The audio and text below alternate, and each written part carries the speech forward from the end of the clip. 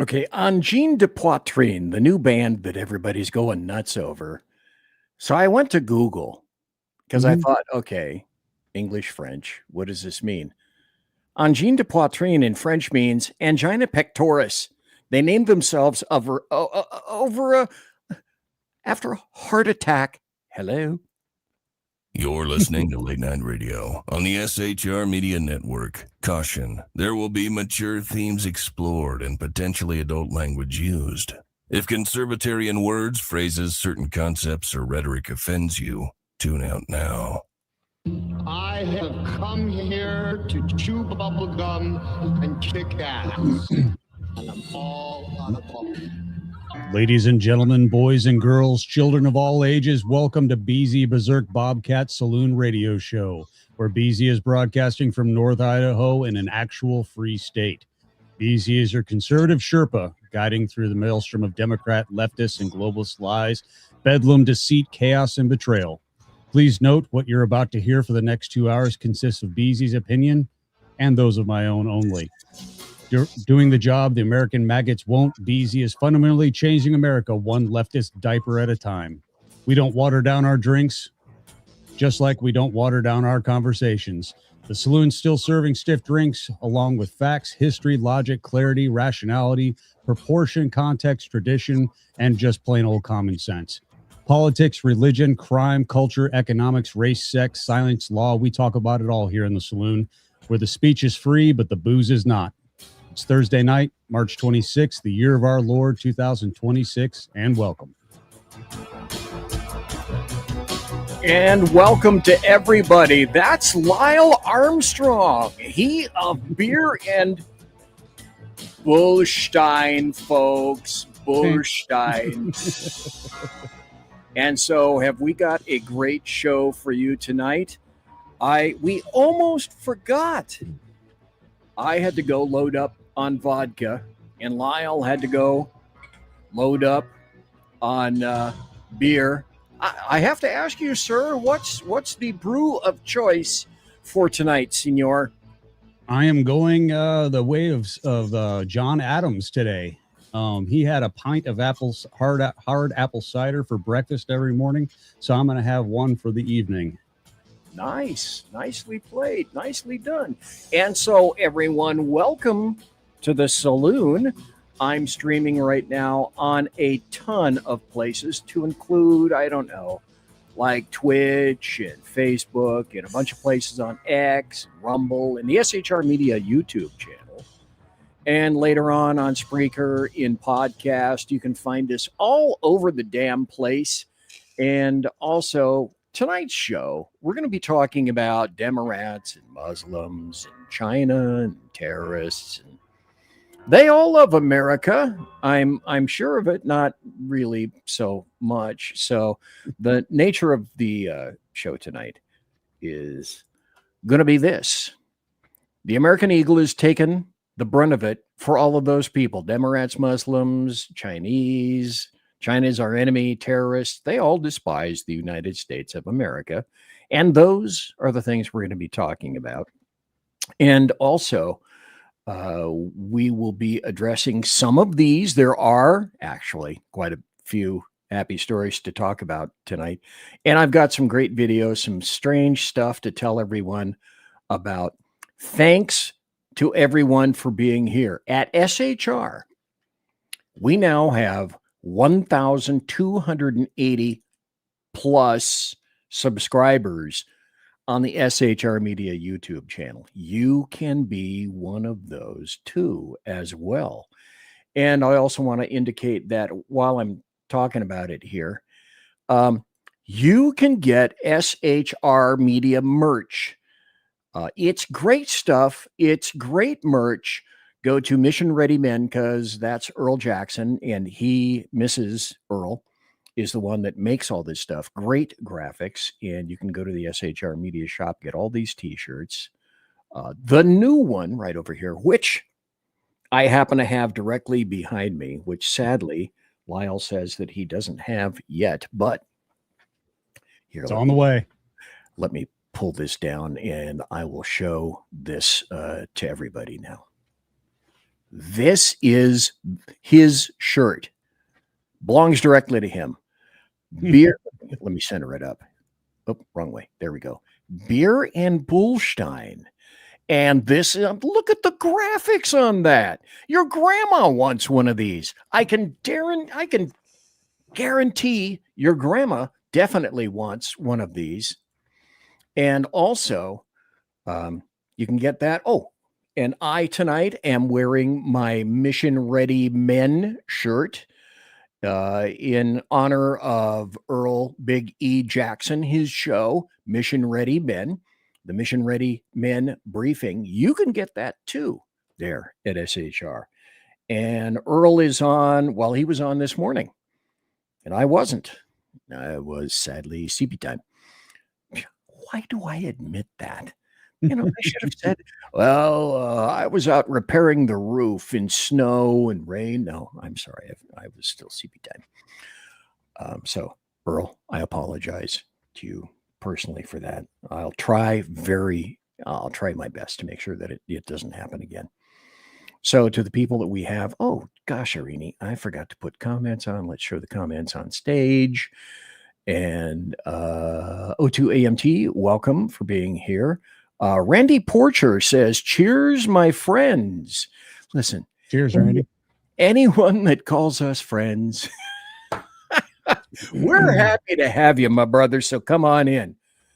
The Phantom says, I has been summoned. I'm not exactly sure by whom. Oh, while we're talking about some stuff, I just got in to put this into, gosh, is it at the bottom? Where is it? Oh, damn it. Now I can't find it. Yeah, there we go. This is the one that I want to find. Tomorrow is going to be a very special day at SHR. It just works out that we're going to have 3 shows on at once. I'm sorry, not at once, but they're going to be in a row. They're going to be consecutive, not simultaneous. Good God, mister, wake up. So it's tomorrow is a 3-show Friday, starting off with Lyle Armstrong himself with Beer and Bullstein at 4 p.m. Pacific and 7 p.m. Eastern. Then next, following Lyle, is Jersey Joe, the Reaver of Common Sense. He's going to be on at 6 p.m. Pacific and 9 p.m. Eastern. And then we're going to be wrapping up with Sean from The Edge of Liberty. He's going to be starting at 8 p.m. Pacific and 11 p.m. Eastern. So we've never done this before. We've never had 3 shows on at the same time, on the same day, I should say. Why do I keep saying the same time? It's not the same time. They're punctuated by an hour break. Good God. But this is the first time that SHR has ever done that. We're having 3 SHR shows on in one night, so I want to make sure that I let everyone know immediately, and up front about what it is that we're going to be doing. And also, everyone keeps asking me, and they say, hey, what about this guy? Jake is doing very well. He's still kind of drinking. He's still kind of eating. He gained a pound. He lost about a half a pound, but he's still hanging around with us. And we're very happy to see that. Anyway, tonight's show, Democrats, Muslims, China, everybody, they all seem to despise America. And it should not shock you that I will bring all the evidence, all the receipts, all that kind of stupid stuff. Well, it's not stupid, but you need to know about it. And I begin with no music, but simply a slide indicating it's the beginning of the carousel of amusing GURP. This one, I played this. I stole this from KLRN, and thanks to KLRN's Rick Robinson for simulcasting the show tonight. Never, ever, folks, tax the Rick. But I'm going to put this up, and I watched this the first time, and I laughed my ass off to the point where I am assless sitting in this chair. I got it back, and then I watched it again, lost my ass. I played it for Lyle before we went live here. Lyle didn't quite lose his ass, but his chair is multiply padded now. This was great. Okay, so if you can't see it, This is a little cartoon. It says soldiers guarding Jesus's tomb. So I will embiggen it as soon as I play it just a little bit. I'm going to have to play it a couple of times for you guys, for you to see it completely and understand what's going on. I'm sorry. This kicked my butt, literally.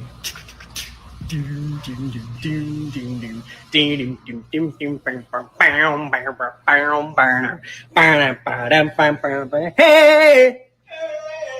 What? One more time.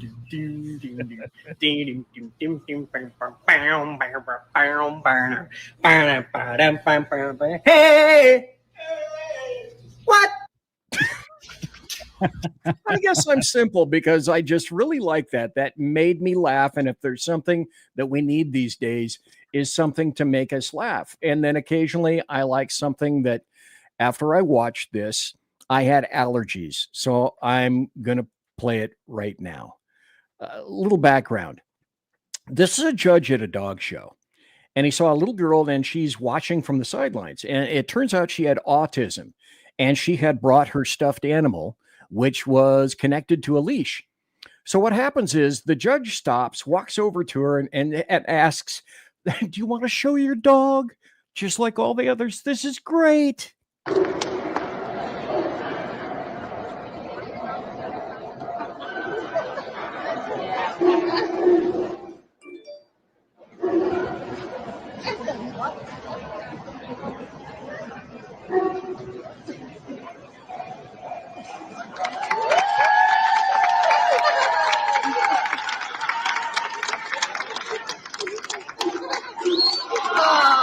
Aw. So Jesus, every once in a while, I got to get maudlin, and that was me doing that. And also in prep for the show, you know, when you guys go to YouTube, well, let me ask you, Lyle, when you go to YouTube and you go to the homepage, does YouTube sometimes shove stuff in front of you where you ask, where did you get this and why am I seeing this? Oh, every time, every single time. It's the algorithm is just, and it's no great shakes to know that, I mean, all of us at SHR have had our asses kicked by YouTube and the algorithm for quite some time. I mean, there was a time, and I'm sorry, I misled you. Some people pronounce that misled, but I say misled. You got 7,000. I think you still have the record for the recent record of the number of viewers of a show at SHR, and that was 7,000. 7,965, but nobody's counting. Not like 8,000 or so. And that wasn't that long ago. Okay. That was maybe a month, if that, ago. And so we were getting numbers like 7, 5, 3, 4, 3, 2,000. It was really consistent.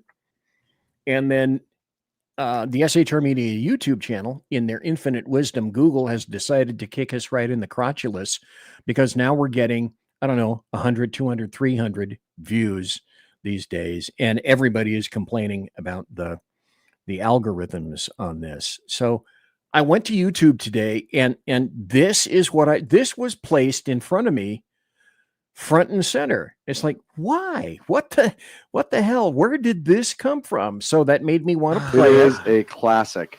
Who do we have in chat? We have Jersey Joe. We have Dan Butcher. We have Mike. We have Mary Brockman and one. This is May 17th of 2017. Viewer who is unidentified.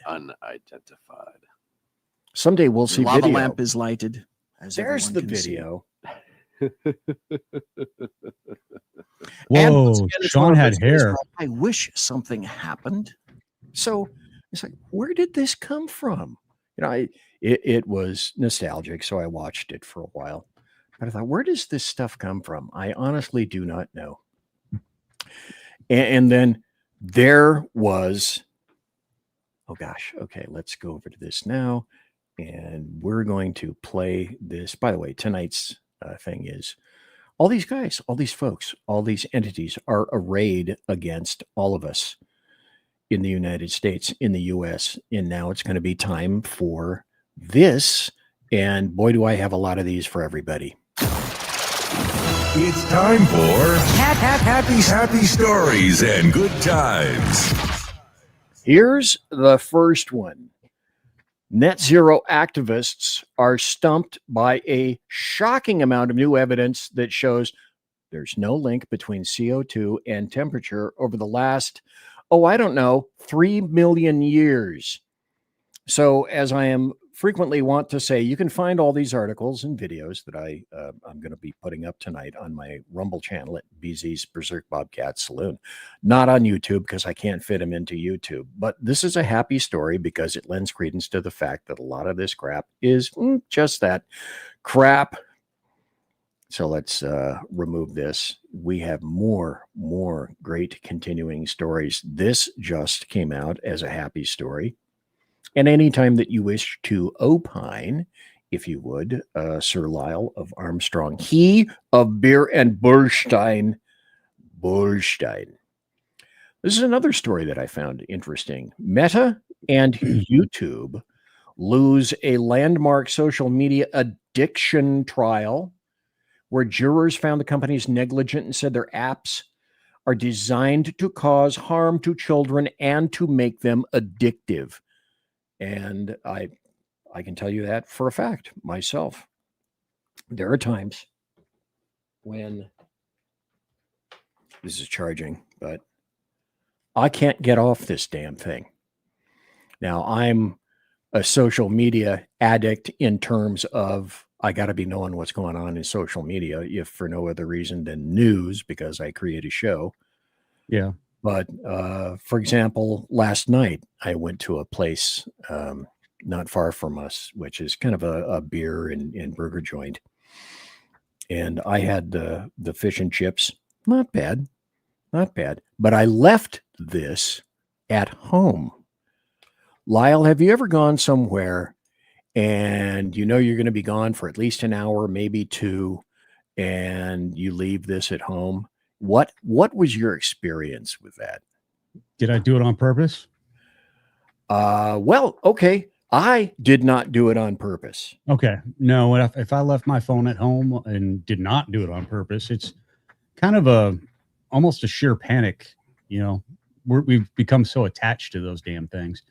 They run our lives nowadays, especially with all of the different apps that are on there. What if somebody texts me? What if somebody tries to call me? Heaven forbid they try to call me.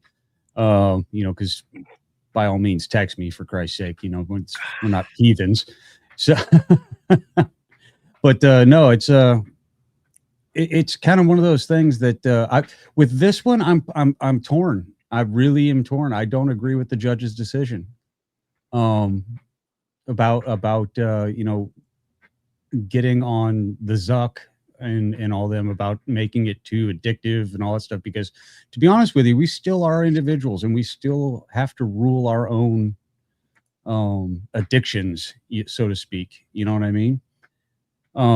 It'd be one thing if they made it so you have to be on it 20 hours a week, or you lose, social cred, or, what have you, or the algorithm goes to hell and you don't get to see your friends anymore, that type of deal. But I just can't, it just rings more like the gun companies capitulating to the families of sniper victims. Remember back when the DC sniper was going around and the families were, right. The families were suing Remington, and they would just give in to it because like Remington had anything to do with it other than manufacturing the rifle itself.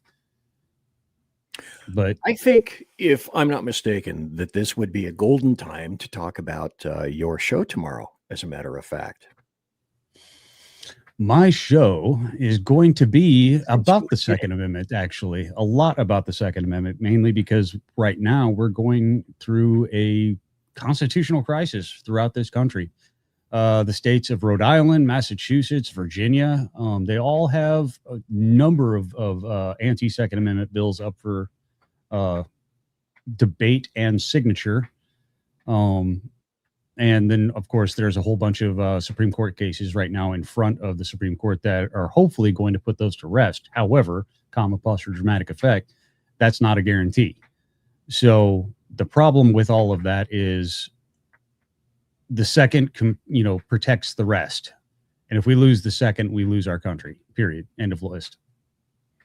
Well, considering in light of the fact that Virginia, and I'm guessing you're going to be talking a little bit about Virginia tomorrow and their recent anti-gun laws, because there's a plethora of them. There's a ton. And as I mentioned, I don't know, maybe Tuesday or maybe even last week, there's a funny thing that Virginia politicians did with this massive list of gun laws. And Washington, it occurred in the state of Washington as well. Washington is notorious for this. Virginia, with Spanberger, is semi-newly in league with Washington.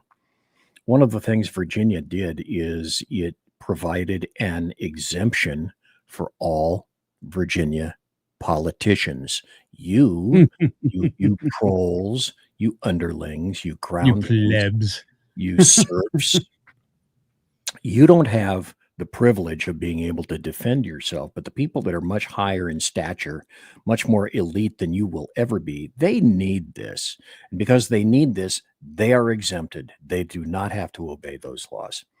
Last time I checked, the need wasn't in the Bill of Rights. It's funny you should mention that. That's very true. So you're going to go, my guess is you're going to go into Virginia, and are there any other areas? See right there. Never touch the fingers, never cross the streams. Bad shit will happen. So I'm guessing you're going to be talking about Virginia and probably a whole host of other things as well. Any cases that you're going to be speaking of, either adjudicated or to be adjudicated in the future? There are about 5 right now that the Federal Firearms Policy Coalition has up in front of the Supreme Court right now, and I believe they're going to get at least 4 of them heard. So we're going to be going over a couple of those. Mainly, though, what I want to talk about is what Rhode Island just started experiencing, where they just got a assault weapon ban pushed through, and it's going for signature, that doesn't have a grandfather clause, and they're basically banning possession. Oh, so then this is interesting. I got to admit right up front, I haven't heard anything about Rhode Island, and this equates to, because you and I both knew sooner or later this is going to come.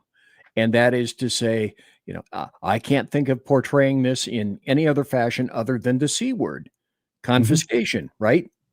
It's confiscation. How else are they going to achieve that otherwise? Well, basically, these guys are putting a date. I believe it's going to be December 31st of 2026, that you either transfer out of the state or sell to an FFL your banned weapons, or then you are a felon. And because they have a registry, they know exactly who has all this stuff. So here we are. We're going to see a whole bunch of people. We're going to see a whole bunch of people right now that are basically going to either become felons overnight, or you're going to see a bunch of people who are going to be described as, and they had an arsenal and refused to give it up. And, their names posthumously are blah, blah, blah, when the police kick their doors in. The problem with it is we're talking thousands upon thousands of gun owners. And I believe the staties in Rhode Island have maybe 100 officers. So it's going to get awfully busy for those guys. Correct me if I'm wrong also. It's been my thought that of the states on the East Coast, New Hampshire and Rhode Island have been some of the 2 most liberal with regard to firearms laws. In other words, they've embraced firearms, and there haven't been a whole host of anti-firearms laws levied against the citizens in those states, or am I wrong? Not Rhode Island. Not Rhode Island. Okay, not Rhode Island. No, you're thinking like Maine and Vermont. Maybe I'm Vermont Vermont is 100% Second Amendment constitutional carry. Go do your thing. Just pay high taxes and don't work. Okay. So, I will admit to being ignorant about Rhode Island, but it's like Australia, 1996. They had a mass shooting there in Australia, because I've had Jack Alexander on the show probably at least 25 times. And I've asked him to speak about the 1996 firearms confiscation any number of times. And it went so over the top that it included spear guns, essentially wrist rockets, a whole bunch of other stuff like that. I mean, it went insanely over the top. And yet, as he explains, but you will not have it explained to you because the American media maggots don't want you to know, the crime didn't just magically drop. The floor wasn't just magically, mystically released under that. And we saw no gun crime. Because the funny thing is, the citizens who were told to do so, because of their nature, complied. But the criminals managed somehow not to comply. And weird how that works. Yeah, it also went on, and I believe there are still videos indicating this. If anybody remembers Katrina in 2005. 2005? Okay. Mm-hmm. And some departments went door to door and began to confiscate firearms. And there was this little old black lady in a home, and I distinctly remember seeing this video, who was pushed out of her way, dominated by law enforcement, the agency, the likes of which I do not recall. And she was just run over by these people confiscating firearms. So if folks, you think that shit can't happen here, it's already happened here. Now, not on a statewide scale. And of course, the crisis, the manufactured or real crisis, is used as the reason for. So in terms of Katrina weather, other crises are manufactured, and your rights will always be slain at the altar of some kind of a crisis. So don't believe that it cannot happen, because it'll be very interesting to see. And I don't know, I don't want to Bigfoot your show too much, but do you have any insight on what apparently is being said by the state of Rhode Island in terms of, okay, this is how we do it? Other than what I've already put out so far, that's pretty much what they're going to do. And they don't have a clue. I'm going to tell you right now, they have no idea how they're going to do it. It's just going to basically turn people into felons overnight. I have no idea how they're planning on enforcing it. They may go to the feds, and get the ATF to help, which I'm sure the ATF would just absolutely love to help. Oh, the current administration and the deep state ATF, because the heads of all these various agencies are transient, so they don't care. The deep state doesn't care about that, but that'll be one thing I can distinctly remember, and then we're going to go to a bottom of the hour break, because some of us need to take, as they say in Irish, a pee break. Oh, for Christ's sake, already? I know, we're going to take a pee break. And that is, Tucker Carlson said, okay, a long time ago, back when he was still on Fox, said, and he wasn't fucking nuts. He said, if you want to manufacture a civil war, then one of the best ways to do it is to make sure that you go out and begin to confiscate weapons from Americans, because there are more weapons in the United States than there are citizens right now. So I don't know, listen to Lyle's show tomorrow, and he may tell you whether or not that will be a true index case for all of the stuff that leftists and Democrats just can't wait to step off. Conservative media done right. You're listening to the SHR Media Network. In a world where leftists are running out of metal for the safety pins of their soothing red diapers, one man stands alone, attempting to fundamentally change America, one leftist diaper at a time. BZ, your conservative Sherpa, is guiding you through the maelstrom of Democrat leftists and globalist lies, chaos, deceit, and betrayal. Listen to BZ Saloon on select and exclusive Tuesday and Thursday nights at 8 p.m. Pacific, 10 p.m. Central, and 11 p.m. Eastern on the SHR Media YouTube channel, Twitch, KLRN, Rumble, and X at BZ Saloon. It's one great late-night conservatarian talk radio show. Be there. Aloha. Hello, friends. Do you have a moment so that we may discuss our Lord and Savior Minarchy? No, seriously, I'm just kidding. Hi, my name's Rick Robinson. I am the general manager of KLRNradio.com. We are probably the largest independent podcast network that you've never heard of. We have a little bit of everything, and by that, what I mean to tell you is we have news, pop culture, special events, conspiratainment, true crime, mental health shows, drama productions, and pretty much everything in between. So if you're looking for a new podcast home to grab a little bit of everything that you love all in one place, come check us out. You can find us on X under @KLRN You can find us on our Rumble and our YouTube channels under the same names.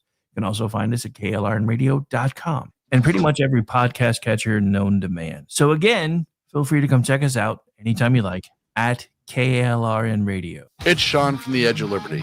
Just like the Bidens, I too am moving. Only in my case, it's days and times. That's right, you can now find the Edge of Liberty Monday at 8 p.m. Pacific, 11 Eastern, and Wednesday at 8 p.m. Pacific and 11 Eastern on the SHR Media Network. Join me as we talk politics, news, alcohol, fun, not so much fun, clowns, small kittens, large kittens, dogs, amoebas, and anything else that just pops into my mind while I'm on the air. That is Monday and Wednesday, 8 p.m. Pacific, 11 on the East Coast, on YouTube, X, KLRN Radio, Facebook, Twitch, and anywhere else a good podcast is found. Please check out our website, shrmedia.com. I will see you live on the air. Attention, all patriotic women of faith. Yep, I'm talking to you, sis. Are you looking for high-quality, super soft apparel that reflects your love for country and your devotion to God? Look no further than Carry Girl Gear.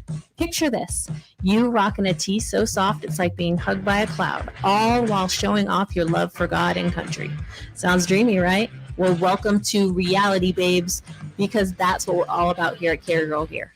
We specialize in super soft tees, tanks, and more, designed specifically for the strong, patriotic woman who proudly wants to carry their message of faith and freedom. When you shop with us, you're not just getting a t-shirt. You're joining a community of like-minded women who are proud to wear their beliefs straight on their tees. So whether you're sipping sweet tea on the porch or leading the charge for faith and freedom, do it in a Carry Girl tee. Because life's too short for stiff, boring tees. CarryGirl.com, where faith and freedom meets fashion. Independence. With that declaration, America was born. Inspired by a belief in the God-given rights of every human being, and in the good that comes from exercising these rights well. The founders of our great nation chose independence. As do we. Hillsdale College accepts no government funding because independence makes possible the good to which we aspire. You're listening to the SHR Media Network. And we're back. I'm BZ, and over this direction right there, again, never cross the streams. Important safety tip, folks, is Lyle Armstrong, host of Beer and Bullstein. And I go back and I say, you know, you might want to listen tomorrow night, Friday night. There's going to be some great stuff coming. Friday, we have a 3-show Friday. It's never been done before. And again, I mentioned that starting at 4 p.m., it's Lyle Armstrong in his show Beer and Bullstein, starting at 4 p.m. Pacific. Then the Reaver of Common Sense, starting at 6 p.m. Pacific. And then the Edge of Liberty, Sean, starting at 8 p.m. Pacific. You do the math in the time zones. I trust that you're an adult and you'll be able to do that all very nicely, very distinctly. Tonight, we're talking about all these people, Democrats, Muslims, Chinese, China, communist China, terrorists, they all despise America, and they all want to see America taken down. I want to go back to this story. And I said, I quantified this as a happy story in terms of Meta and YouTube lose landmark social media addiction trial. And you said, no, I disagree with that. And let me ask you, is that because of the L libertarian coming out in you in terms of that is my little L libertarian coming out. It's kind of one of those things. They built a product, but it was still up to the users to decide to use it or not. And don't get me wrong, it's been fun. But I quit using Facebook, I don't know how long ago, mainly because my wife took it over. But, and she lets me know about all the crazy things that my senators say on there.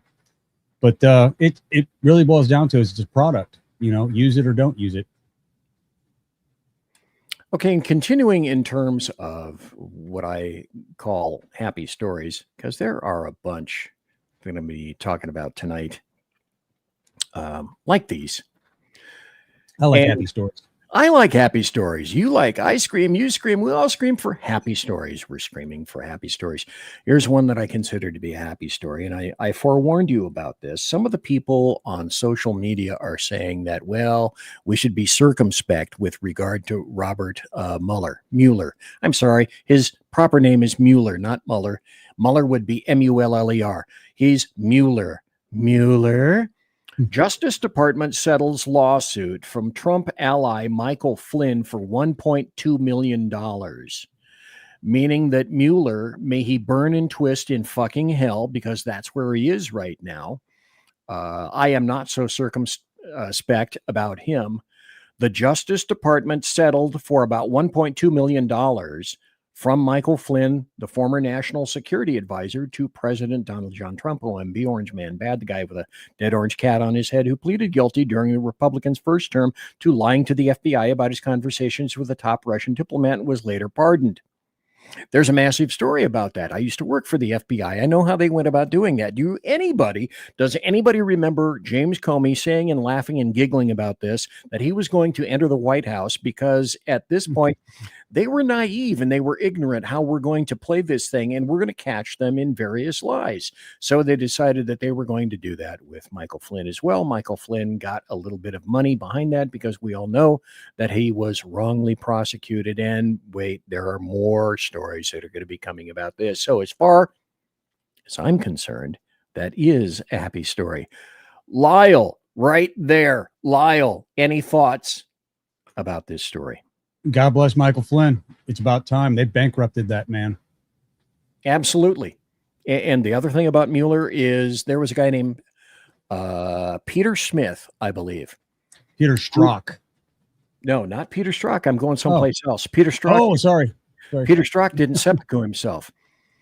This guy was essentially, he had to defend himself into oblivion because of the Mueller attacks, and ended up killing himself because he couldn't take it. He was destroyed.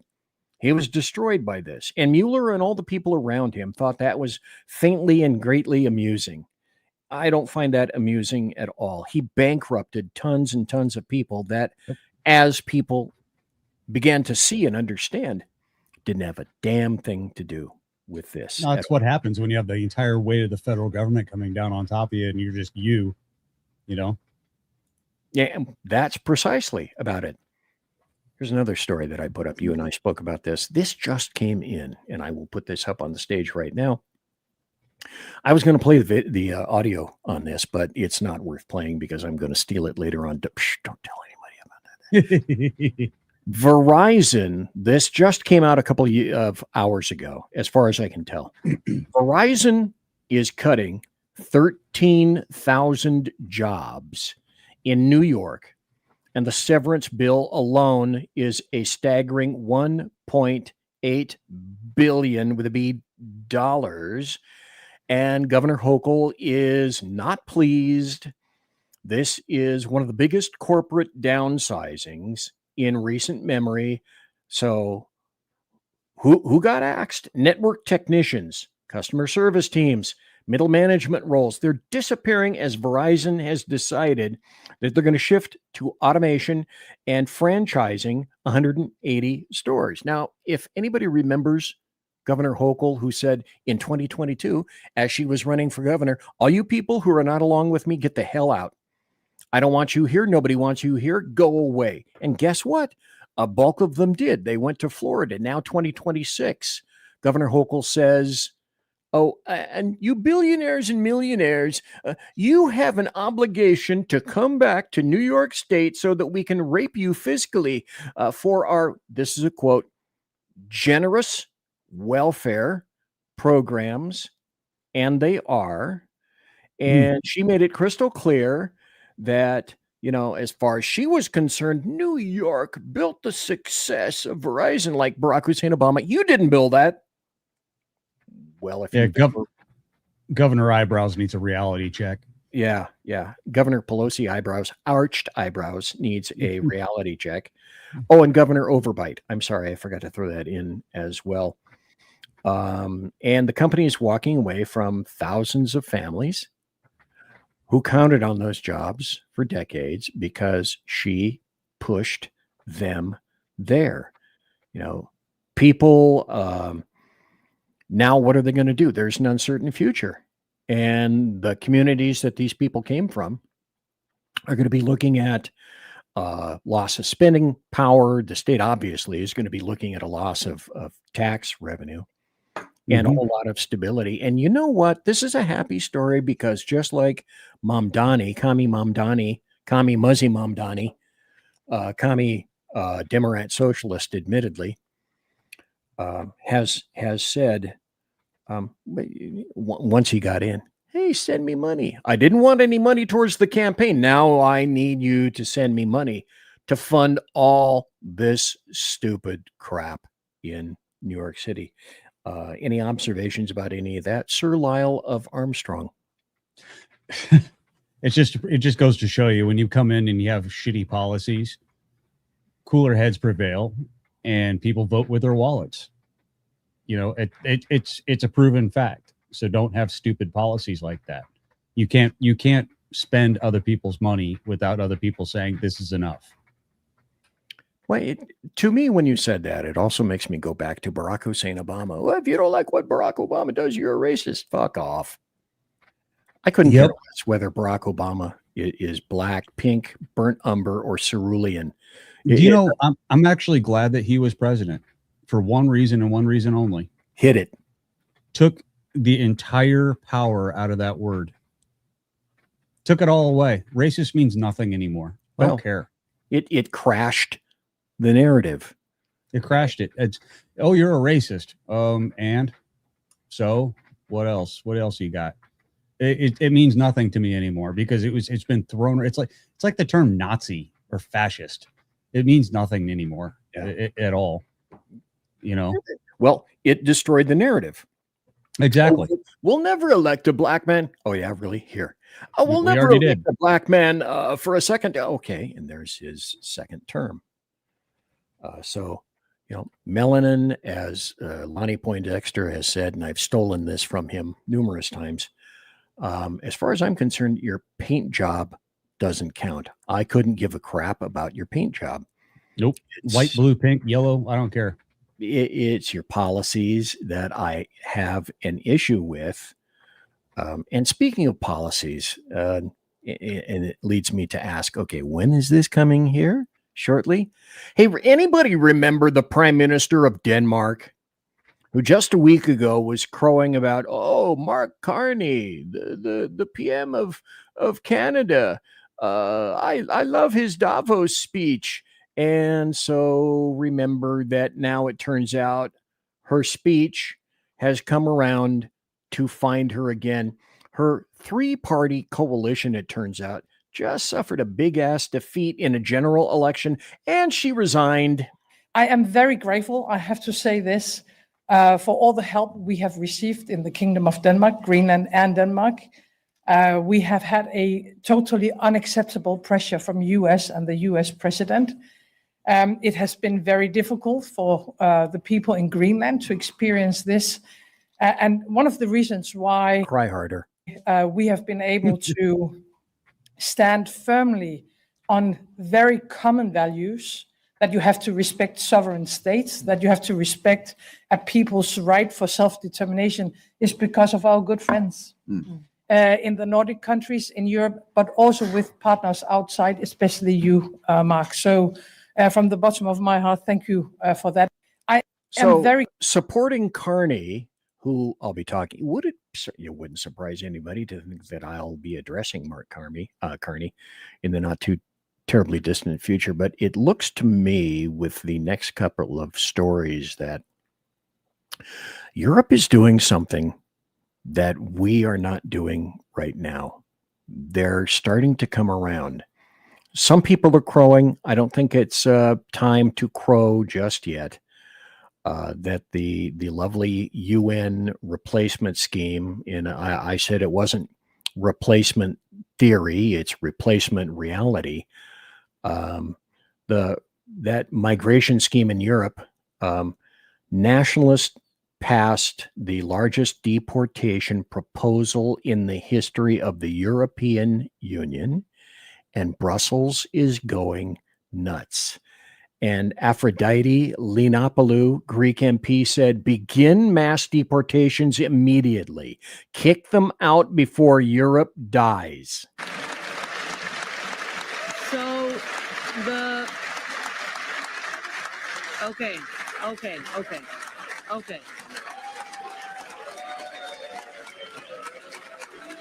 We have many votes to go through, guys.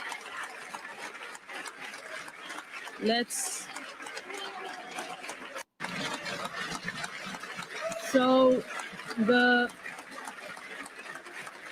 applause is there. So I'm going to continue with this theme. So, Lyle, do you think this is because the politicians really care, or it's because they've been cornered to the point where they're starting to realize and become cognizant of the fact that their future elections are in jeopardy? So this isn't I'm doing this because it's the right thing to do. It's I'm doing this because this may possibly tend to keep me in power. Probably a little of both. That and in the fact that the politicians are a little bit more accessible over there than they are here. They don't tend to get the security details that our Congress does, and so I wouldn't doubt that they've had a few well-pointed directives from their constituents. Let's put it that way. Not to mince words too much. Well, I have another video coming up, and this is from Ada Luke. I'm in the European Parliament, and the left is currently having a meltdown, as you would expect, because this is a massive, massive, massive loss of power. I go back and I say that in terms of history, another 20, maybe 30 years from now, it's going to take a while, but it will be discovered that the person that was responsible for, if it goes, pretty much the entire downfall of Europe will be Angela Merkel. And because she was an historic German who carried massive guilty, overeducated white people guilt with her post-World War II, and decided that multiculti was, as they call it, the way that they were going to go. I like to call her German Hillary. Yeah. and from that, they were going to say, we'll just open the entire continent, Balkans and otherwise, except for two major countries that didn't go along, and boy, are they excoriated. But we're going to have everybody from Syria come in, and then they invited all their friends and their friends' friends, and then their friends and their friends and their friends. Hungary and Poland said essentially, nope, to that crap. Well, here's another happy story, and they're talking now about remigration. This is what's happening.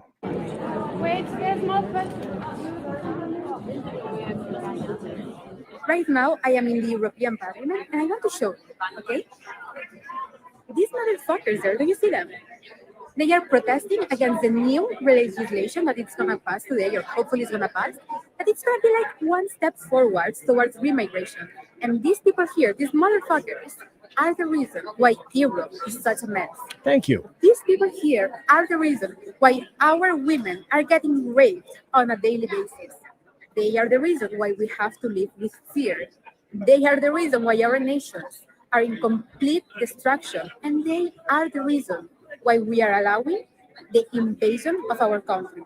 Shame on them. They are very safe here, I have to say, to get here in the European Parliament. I had to go through many, many checks. But even though here we are all safe, outside on the streets we are not. And they are the ones making the streets not safe. And of course, they don't care because they are safe inside the buildings. Shame on them. Can you go back to the beginning of the video? Sure. Take a good look at that crowd. Right now, I am in the European All right. That's the crowd she's talking about. Let me go back and make another point. And that is the biggest group of white liberal women I've ever seen. That's exactly. Wait a minute. That's exactly what it is. In the United States and Europe. Including the men. That's the biggest group of white liberal women I've ever seen. These are insane leftist white chicks. And I would guarantee that none of the air quotes men that are in there have a sack between the 3 or the 4 of them that are present. It's all leftist, insane white chicks that are driving this crap. And yet the funny thing that I find such terrible irony is that the people suffering the most from this are those natives, those sovereigns who are the victim of crime, and the women who are being raped. And yet the women themselves, just like Islam, don't seem to understand or make the connection between the two. Islam is a barbaric death cult, and it belongs nowhere near civilization. It shouldn't shock anybody that I'm going to do a show on that in the not too terribly distant future. And yet it appears that Europe is beginning to see the light, because apparently they've decided that being overtaken and being replaced, like what's happening in the United States of America right now, is not something to which they'd like to continuously aspire. Plus,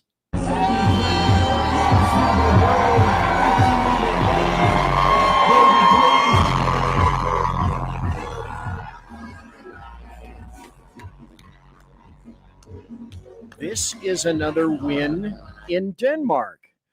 What they call the right-wing anti-Islamic Migration People's Party just more than tripled its vote share and seats in that election, because it's very simple to suss out. Voters are absolutely disgusted and fed up with open borders, and that concomitant, that's madness.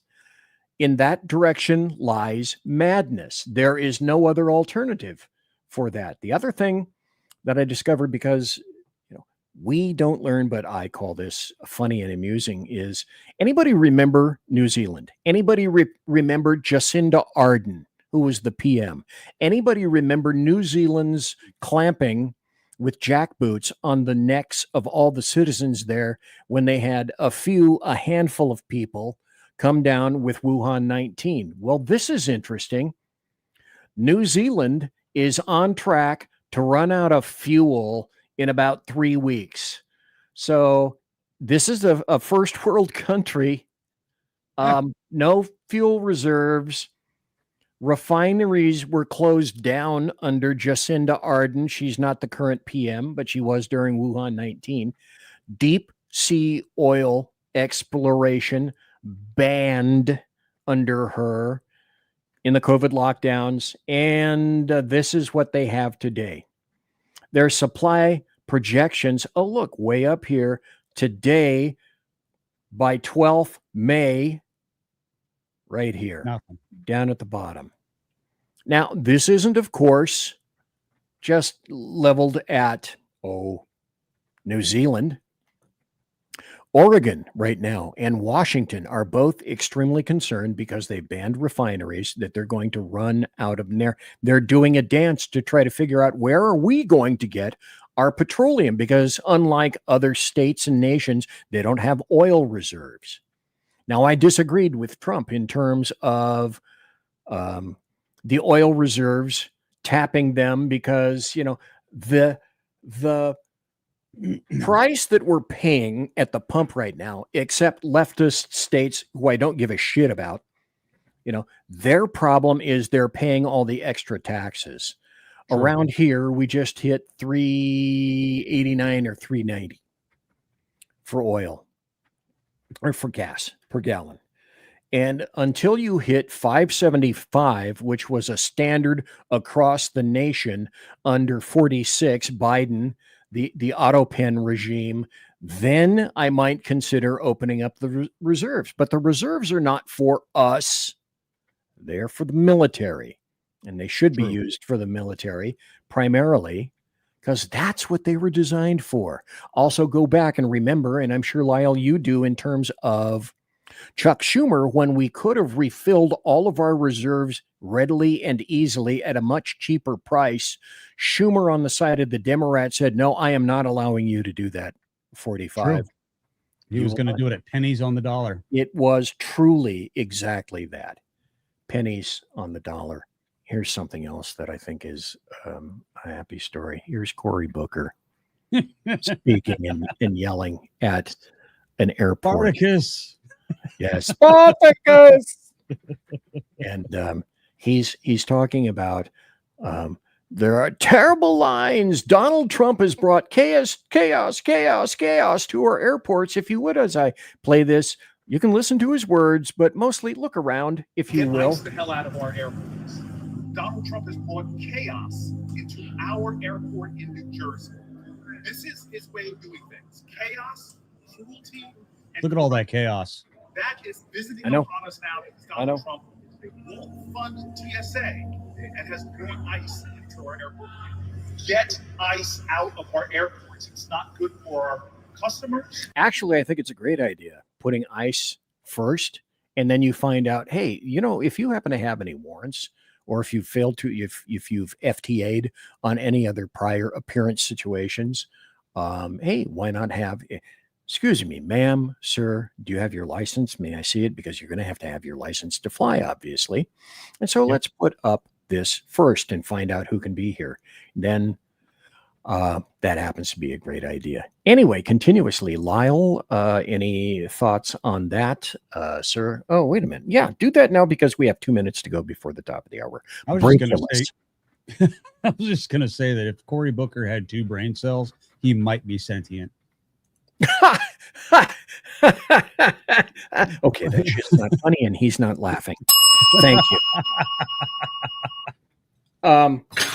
Put that back down there.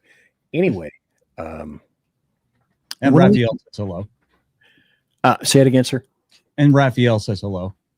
Oh, cool. There him be in 3D. Always good to see him. When we come back, one thing that I want to continue, it will be a continuation of happy stories and good times. There was a unanimous Supreme Court decision that just came down. We'll be talking about that. And following that, there's also, hey, anybody remember the name Ellie Nestler? If you weren't in Califailure, this probably doesn't mean anything to you. But a woman essentially just Ellie Nestlered her boyfriend. And perhaps some of you are thinking, wait a minute, BZ, what the hell are you talking about? I'll talk about it after we come back. Conservative media done right. You're listening to the SHR Media Network. Mission log. Entry. I mean, let's face it, who's even counting anymore? The Lost Wanderer is officially off course, chasing rogue rocket launches, fringe science, and things that probably violate causality. If it burns fuel, bends time, or makes scientists very uncomfortable, yeah, I'm probably going to talk about it. Every other Sunday on KLRN Radio, The Lost Wanderer, because space doesn't come with a roadmap. And honestly, I wouldn't follow if it did. Hello, I'm Matt, a student at Hillsdale College. Here's Hillsdale President Larry Arnn on the continuing relevance of the Constitution. Many argue today that the Constitution is outdated because it addresses problems peculiar to the 18th century. Some parts of the Constitution do read rather quaintly. Consider the injunction against titles of nobility in Article 1, Section 9 of the Constitution. But is that so outdated? The purpose of the injunction is to prevent the government granting special privileges to some for partisan reasons. This strikes at the heart of the rule of law. The crony capitalism so common today is a place where the government bestows favors and tax dollars on some businesses to give them a leg up over others. This is exactly the kind of thing the Constitution was meant to prohibit. The Constitution is not so outdated after all. This Constitution Minute was brought to you by Hillsdale College. To join the national conversation on the Constitution, go to constitutionminute.com. Hey fellas, are you mission ready? You need to check out Mission Ready Men via Earl Big E Jackson on Tuesdays and Thursdays, 9 a.m. Pacific, 11 a.m. Central, and noon Eastern. It's a show that equips you to navigate our society's challenges from a biblical perspective with courage and conviction. Tune into Mission Ready Men as we examine our culture through the prism of biblical truths, teachings, and how to apply them in our daily lives. Prepare to step up, stand out, and step into your role as a man as ordained by God. That's Mission Ready Men, hosted by Earl Jackson on the SHR Media Network. And get mission ready.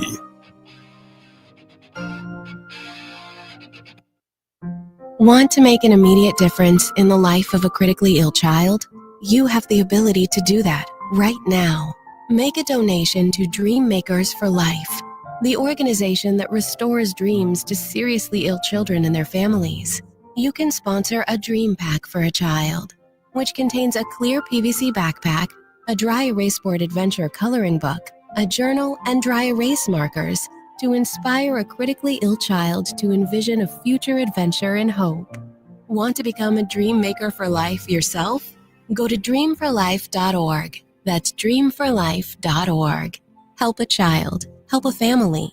There is always hope. You're listening to the SHR Media Network.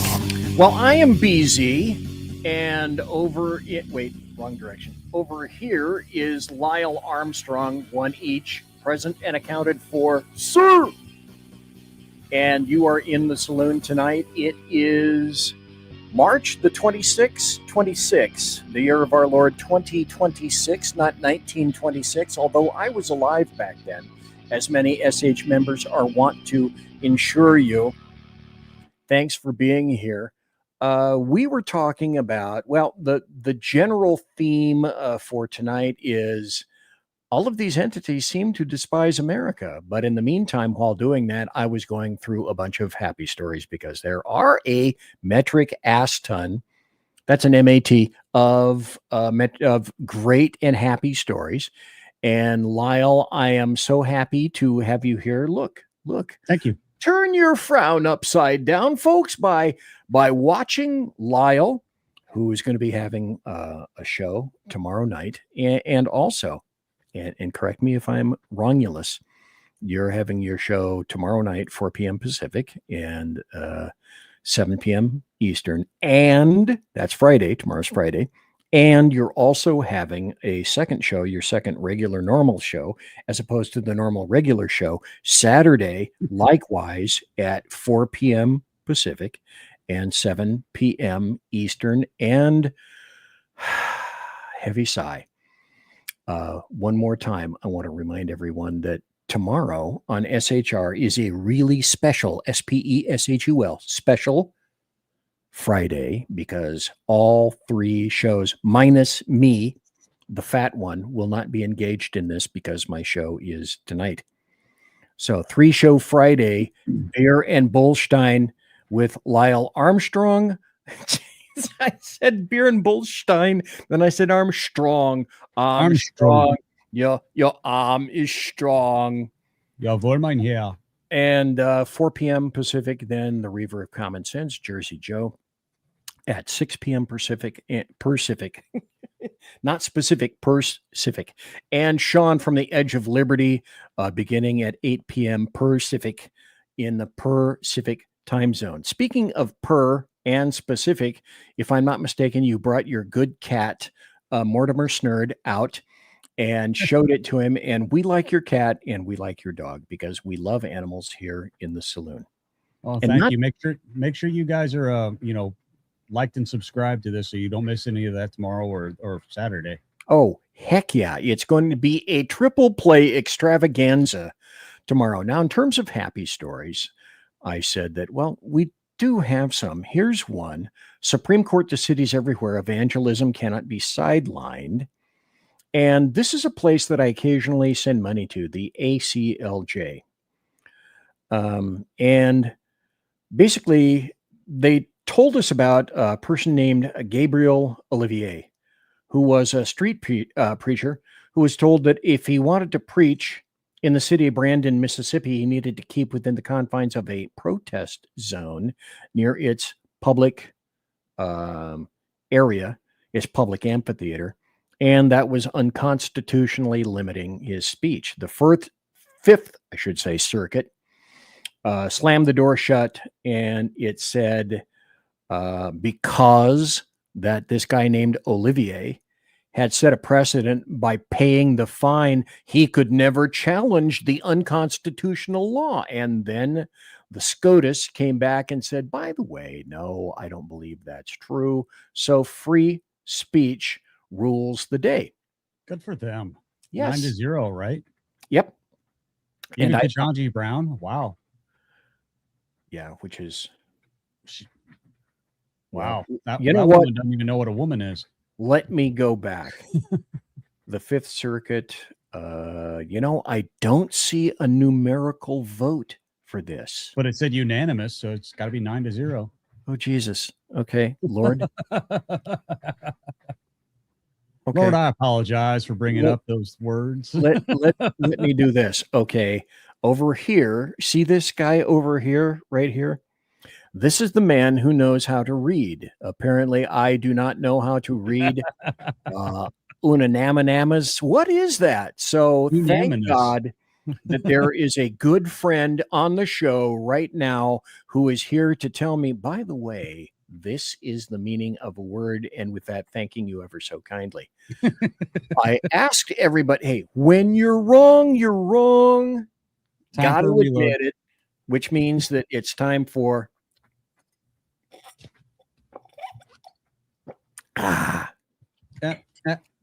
the Lord's clear nectar. There we are. And like I say, what is it you're having tonight in that rather hugulous bottle? It is a wonderful hard cider. Wow. Made in the great state of Vermont.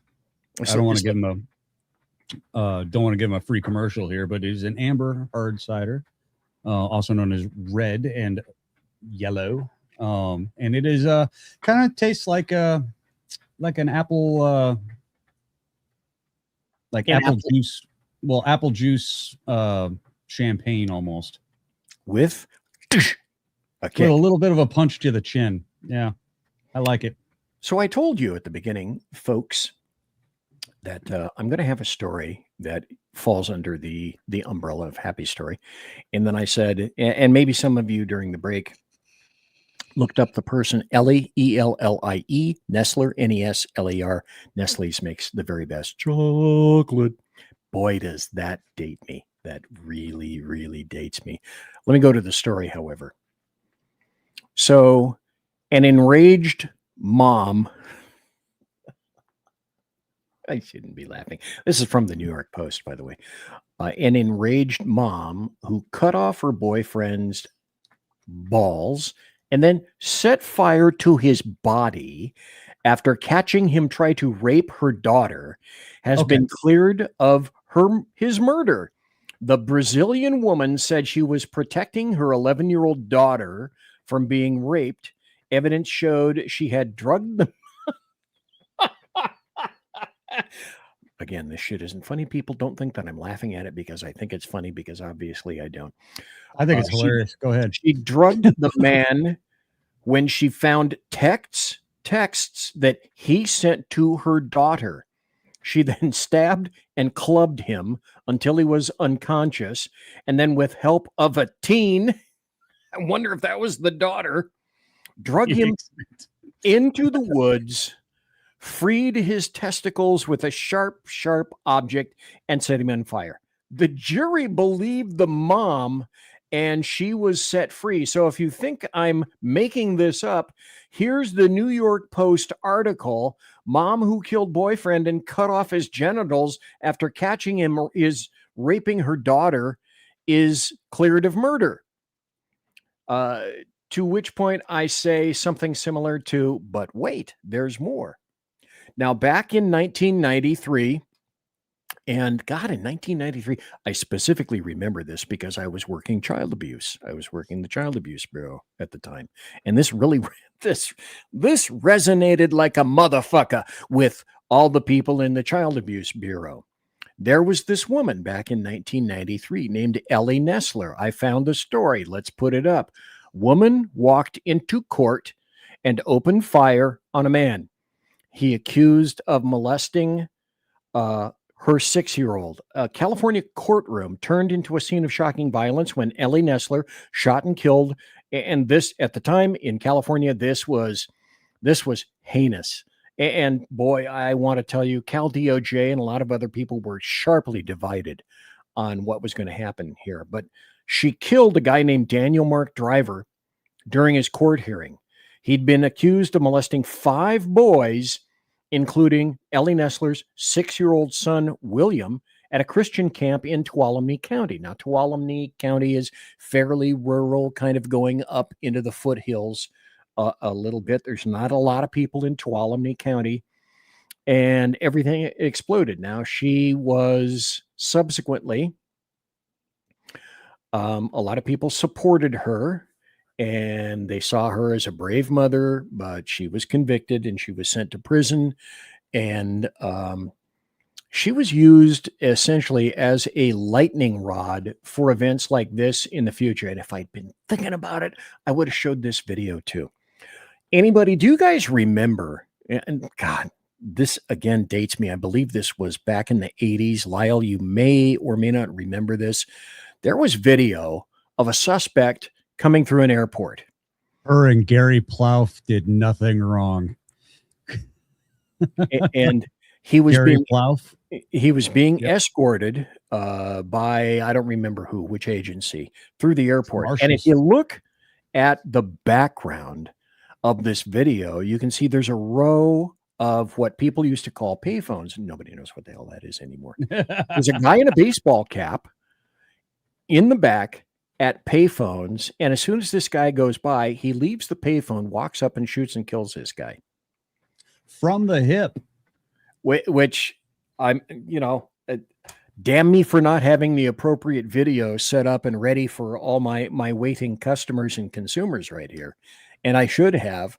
But this is part and parcel of, it's justice. Okay. If you do that, you're going to have to be ready and willing to pay the price. Occasionally, jury nullification will occur in these things. That's apparently what happened in Brazil. And as far as I'm concerned, that's like cool upon you if you can do that. Sometimes people can get away with it. O.J. Simpson, 1993, I believe, is when he had his court case, which is really weird because that's when Ellie Nessler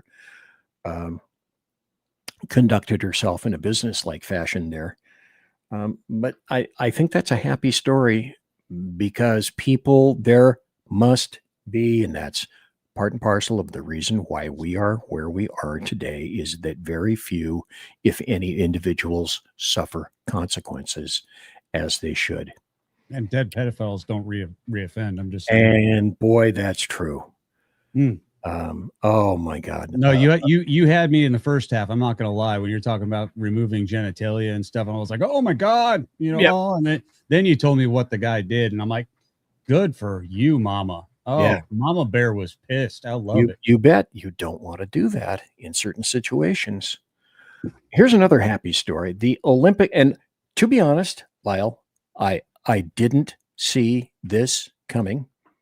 I was very happy and pleased about it.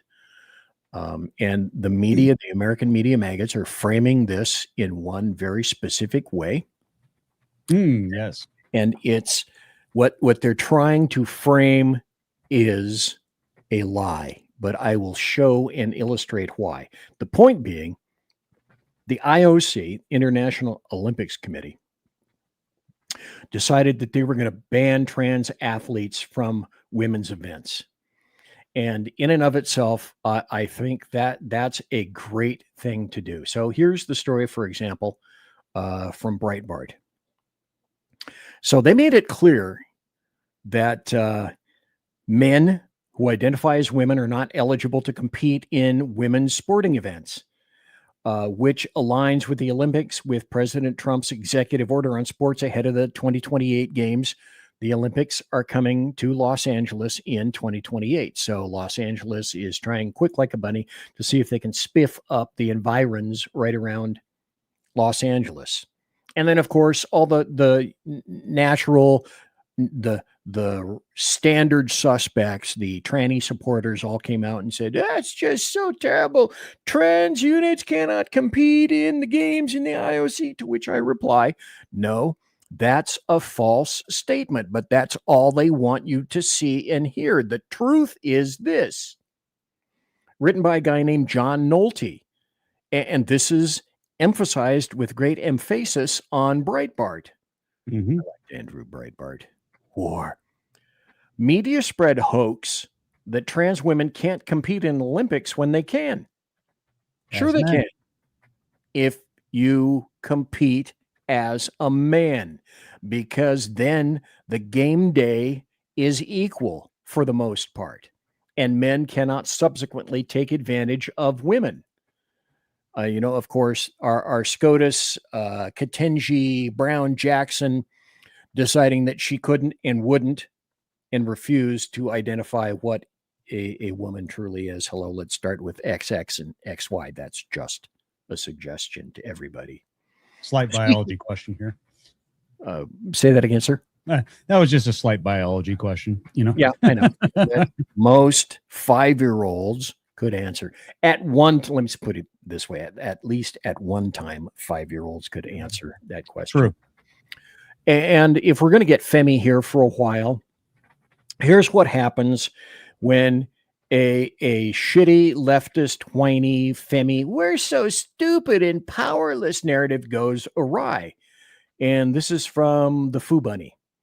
And I'm going to embiggen this and place it up here because this is something that should be understood by normal, not leftist, not insanely dangerous leftist white chicks who will go out of their way to make sure that they cannot and will not understand this. So under feminist news, it said the SAVE Act, passed by the House in February and pending in the Senate, voters must provide documentary proof of U.S. citizenship when registering to vote. And it mandates photo ID at the time of voting, blah, blah, blah. So Fu said, you know what? For shits and giggles, I decided to see how hard it's going to be to replace my birth certificate, my social security card, and my marriage license, since Democrats think women are too stupid to figure it all out. And here's how it went. Number one, birth certificate. I contacted my health department of the county where I was born. They overnighted a certified copy to me the next day. That cost $14. Number two, social security card. Contacted Social Security on their site. They asked if it was sure I needed the card since I won't likely be asked for it. But I went ahead and got it anyway, and it took 5 business days to arrive, and it cost me $0. And a marriage license. Went to the Vital Dock site of the county where we were hitched, filled everything out online, arrived in 3 days, total cost $5. $5. It cost less, she indicates, than $20 to obtain all 3 certified legal documents, and it took less than 5 business days to receive them. And if I had lived where I was born or married, it would have been a day tops. And so her point being, anybody that's telling you that women's is too stupid and it's too hard and it's too unfair to do this are hiding, and they're lying, and they're hiding the real reason They want to stop voter ID so that people can change. Let me also throw this up here too, and ask you, Lyle, about this. Now, when I was still living in Califailure, Mrs. BZ and I decided that we were going to go ahead and get real ID, even though we knew that we were going to be living in another actual free state. So we thought, okay, well, let's just go to DMV and get the ID. So what we had to do, because I couldn't find my birth certificate, is I went to the county and I said, hey, can I give, I don't know, let's make it 5 copies of what I wanted. And the county where I was living in Califailure said, are you sure? Because 5 copies are going to cost you $20. Oh my God. And I got them in about 2 or 3 days. So with one of my copies of, and this is Califailure. Okay. So that's a massive, incredibly just risky rush that occurred. You know, what clerk was in their right mind when they gave me that amount of pieces of paper for such a ridiculously cheap price? So I took those. And then if you wanted to get a real ID in Califailure, you had to bring your birth certificate. And you had to bring 2 pieces of indicia to indicate where it was that you were living. In other words, you had to have, I don't know, like a gas bill or something with your address on it so that they could put it on the real ID and they could verify you. That's in Califailure. You had to do that. Mm-hmm. And so I came across with an actual Califailure real ID with a little star at the top right or whatever the hell it was. And I came over to my free state now, Idaho, and I gave it to them and they said, oh, real ID. Okay. Here's your Idaho license plate, because, excuse me, your Idaho license, because we know what kind of crap you went through back in Califailure to get that on your license. So we acknowledge that, we see that, and here it is. So that's how I have an ID. Now you're in Massachusetts. It's Massachusetts, the last surviving member of the Warsaw Pact. Thank you. Yes. That's true. Nicely played. So what do you have to do in Massachusetts for something like that? I'm sure it's onerous, right? It's the same thing. I had to either bring in a passport, birth certificate, a couple forms of where I live, all that other good stuff. It wasn't that bad. I had to go renew my license anyway, so I ended up getting my mine right then and there. So, you know, this narrative, it goes back, and I can't think of the guy that did this. I can't think of his full name. Avi something or other went to Califailure no, he was in New York. Might have been Brooklyn or New York City. And in New York, he went up to specifically blacks and specifically whites and said that asked whites, are blacks smart enough to get ID? Do they know where to go to get ID? And most of the whites said, no, we have to save them. And when told to the blacks, and the blacks were asked, do you know where to get ID? Yeah, I know where the DMV is. Do you know how to get ID? Yeah, I know where that is. Can you get on the internet to ask? Yeah, I got the internet. Yep. Do you have a computer? Yeah, I actually have a computer. And then they were told what the white people, because he showed them on the screen, here's what all the white people thinking about you idiot blacks. And basically all of them that were showed that said, that's absolutely stultifyingly, brain glazingly racist. Yep. And it's true. Dumb. And dumb. And I don't know which one's worse. To be honest with you, I don't know which one's worse. The racism part or the just the complete brain dead stupidity. That's an excellent point. You know, I mean, because let's face it. I mean, think of the average person out there, the average intelligence level of the average person out there, and then realize that half of the people out there are dumber than that.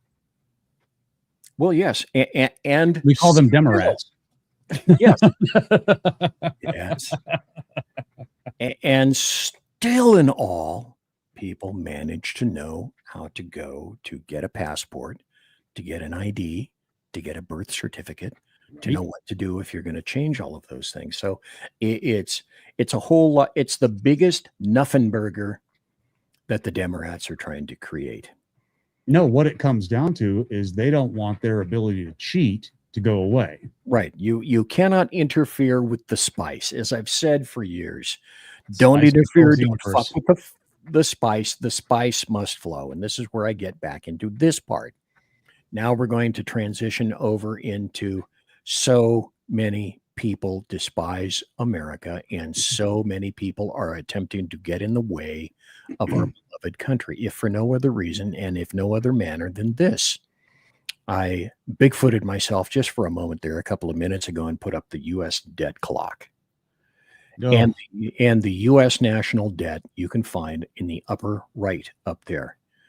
And it breaks it down into so many incredible categories. And again, if you want to find any of the articles or the videos that I've played tonight, including the U.S. debt clock, for this, go to usdebtclock.org, usdebtclock.org, and prepare to be gobsmacked. Because as you can see, right now, it's changing. It's moving all the time. The numbers are moving in accordance with what's truly happening in the United States. That's just one point of consideration. And the other point is, honestly, Lyle, and I would like your insight into this. I've been trying my level best, pretty much, to try to stay out of the Tucker Carlson, the Erica Kirk, the Candace Owens, Mark Levin, Megyn Kelly, just all the effluvial crap that flows down the sewer. And then I saw this. I'm not going to play the whole thing, but how is it that you can say this and be in the United States? This is Tucker Carlson. He says Sharia law has made Islamic societies more advanced than the West. It's just, this stuff is beyond human ken. It's beyond my grasp. I travel so much that I see it. There's not a single Western city that's thriving. And they're all degrading in exactly the same way. Is a lot of it just a moral decay, or is it actually true from everything? It's a lot of things, but it's self-hatred. Every city. Crazy. Every European city, every American city, it's just white. To a degree. Lose I agree. Their will to live, their will to pass on their culture, their values, their religion to their children. Their will to live in Canada. You can get offed officially in a day within 24 hours in Canada. Their will to have children, it's all gone. I mean, it's not gone with everybody, but I mean, in the cities, you really see it. It's like the people who built this are long gone, and their descendants have fled, and they don't care enough to keep it going. There's just a lack of self-respect that is disgusting to me, and I have contempt for it. It doesn't bother me to be hated.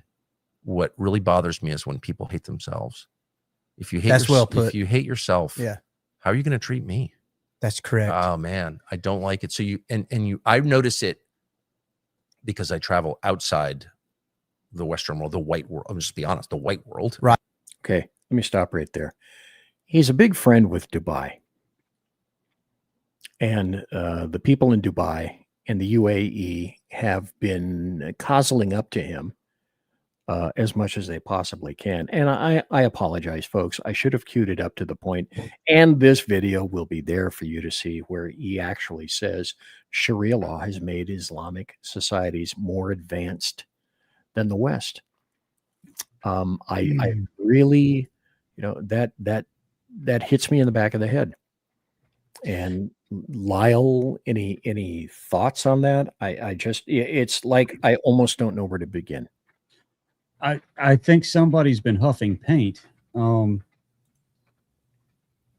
fact, I'll have 3 for the weekend, because that sounds like a really good time for the weekend. Whatever the hell, takes him out of reality and just lets him just spew bullshit.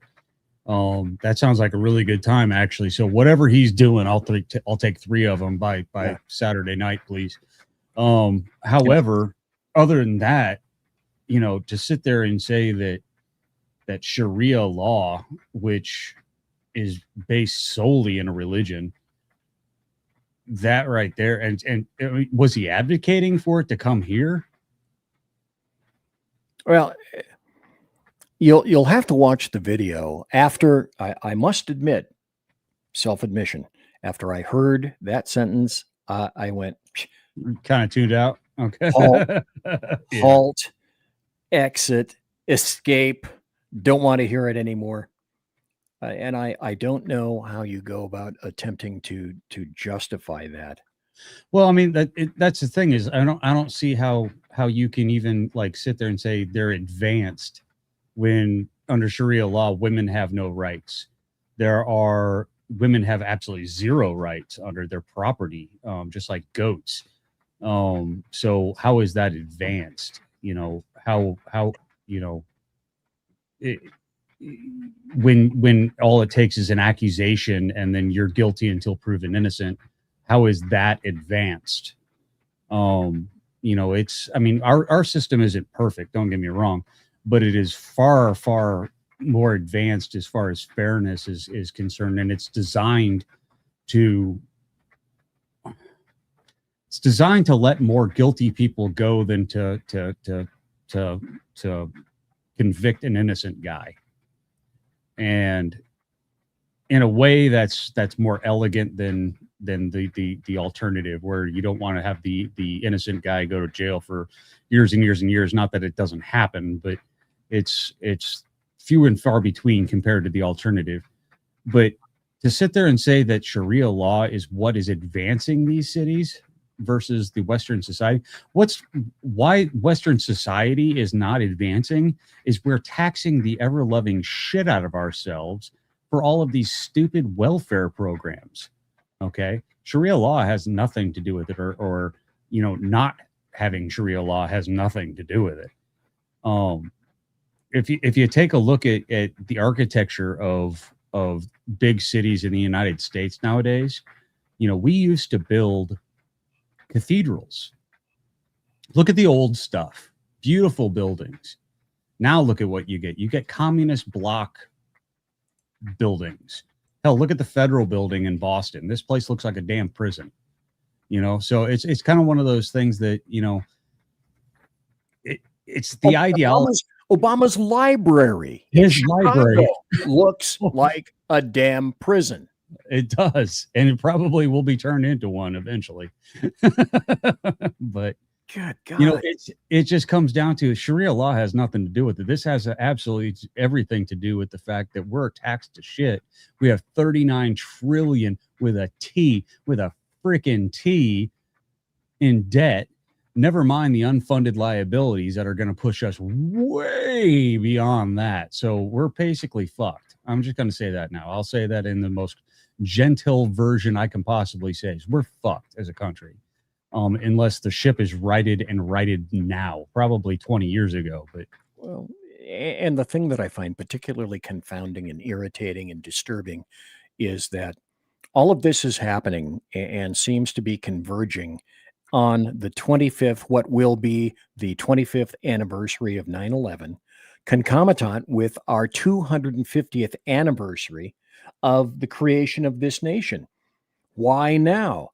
Numbers matter, times matter, dominance matters. And you were just talking about Islam. Women's is, do you not understand this?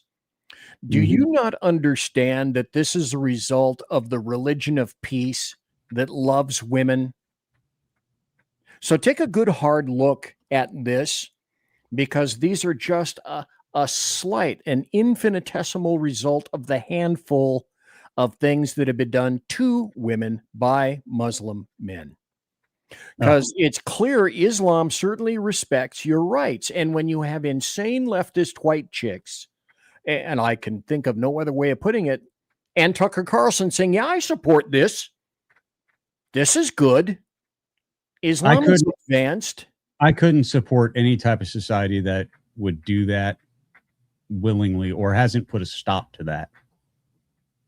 You know what I'm saying? Not that we don't have our share of assholes here. Don't get me wrong. No, we have our share of huge problems in this nation, and we don't need to go any further by importing more that will not be in accordance with our borders, language, and culture, and have no indications, no inclination to mix with everyone. They just simply want to dominate. Joshua says it best here. He says, women voting for Islam is like chickens voting for KFC. I love that. Okay. Don't know who you are, but you're going to get this in the chat. Hell yeah. I couldn't say that better myself. Well done, sir. That is a wonderful analogy, and that's why I like the chat room. Mostly, also want to put this up. It's just, Tucker Carlson, what are you thinking? Who's paying you? It's always, when you see things that don't make sense, the first two questions in Latin that you should be asking yourselves, folks, are cui bono. Who benefits? Who profits through any of this, all of this? Because somebody is somewhere. Generally, 99% of the time, it's not going to be you or people like you or people of your ilk. Also, the other thing I want to talk about in terms of tonight's show, which is everybody hates us. Everybody hates us. Democrats, they all despise America. So at a time when we're discovering that in Minnesota, in California, in most every state, the amount of corruption and fraud on behalf of like NGOs and Somalis and leftists and grifters and the Democrat Party is so incredibly vast and gobsmackingly deep, and the breadth is incalculable, that it could, some people have said, and I believe Trump has too, and I believe that it could equate to what is essentially our national debt. And this is why I brought this up tonight. All these people despise America despite knowing this and seeing this. So now the dealio is that Pocahontas, Elizabeth Warren, is I just got a chill in my spine. I know. This is all cash. All of the stuff that I mentioned earlier, this is all money bilked from you and me and all of us. Our hard-earned American taxpayer dollars are squandered and used against us for the benefit of fraudsters and corruptors, etc. It's like an iceberg, because all of it is unseen. There's so much more.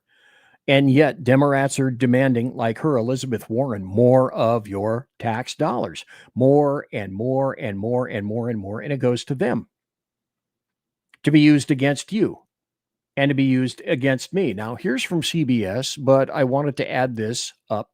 As wealth taxes gain traction, Warren proposes levy on the ultra rich. I'm sorry. Yeah. And she calls it the bill is the Ultra Millionaire Tax Act of 2026. And she says it's going to raise $6.2 trillion over the next decade. Yeah. And she says, of course, because it's all about, tax. Because ultra millionaires can't afford teams of attorneys that can't find tax havens to put their funds into to hide it from all of these things. Okay. The only solution to any of this is the fair tax or the flat tax. That's it. Oh my. This is the, there you go. This is the only solution. And to be honest with you, I'm more of the fair tax, where you basically have a national sales tax and it's a consumption tax. mainly because the federal government has no business knowing how much money you make. Well, or the other thing that I said at least 10, maybe 15 years ago was, take a postcard. And on that postcard, it says, what did you make in 2025? And then you fill in blah, blah, blah. And then it says, what's 10% of that? And you fill in that. And then it says, send that in. And that's the flat tax. I don't even believe they should have access to that. Well, I would agree with you. And yet the taxes, the thing that people, for whatever reason, and I think it's intentional, a good deal, especially in DC, is that when you complain about taxes and when you complain about the rich, who writes the laws? DC. The rich people. Who exempt them, and attorneys. Yep. Who exempts themselves? They do. They do. And who pens all these laws that they absolutely hate? They do. So essentially, are they not saying, well, we hate ourselves? You could fix it if you want to, but they can't. You don't want to.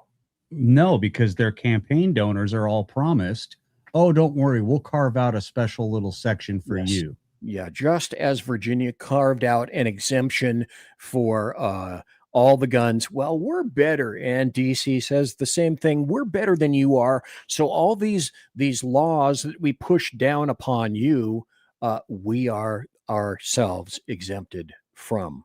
And that's got to stop. Here's another story. More importantly, before we move on, no tax the Rick. Oh, yeah. Shit. No. I am a complete advocate of anti-tax the Rick. I used to have that graphic in here. I'm going to have to go get it for next week's show, just for the hell of it. Here's another story. And again, you're going to find all these stories, the articles and the videos on BZ's Berserk, Bobcat, Saloon, Rumble channel. Legacy Media root against U.S. in Iran war to spite Trump. That's true.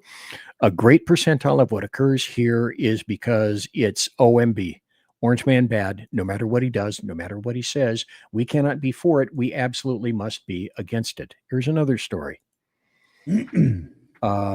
This is by a guy named Howard French, a columnist at Foreign Policy.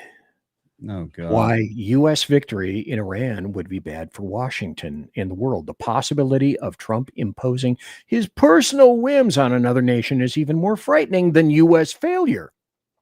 May I say that Howard W. French is a chode? I'm just going to say that out loud. Why not? Anyway, all of these articles will be that for you. And, he goes into the Mark I Model 1 litany beginning in the first paragraph. The current situation of the U.S. is like that of the United States and the world is by no means normal. The far bigger problem that underpins all of this is that the United States is governed by a malignant narcissist whose megalomaniacal tendencies have bloomed alarmingly since the world's eyes, blah, blah, blah, blah.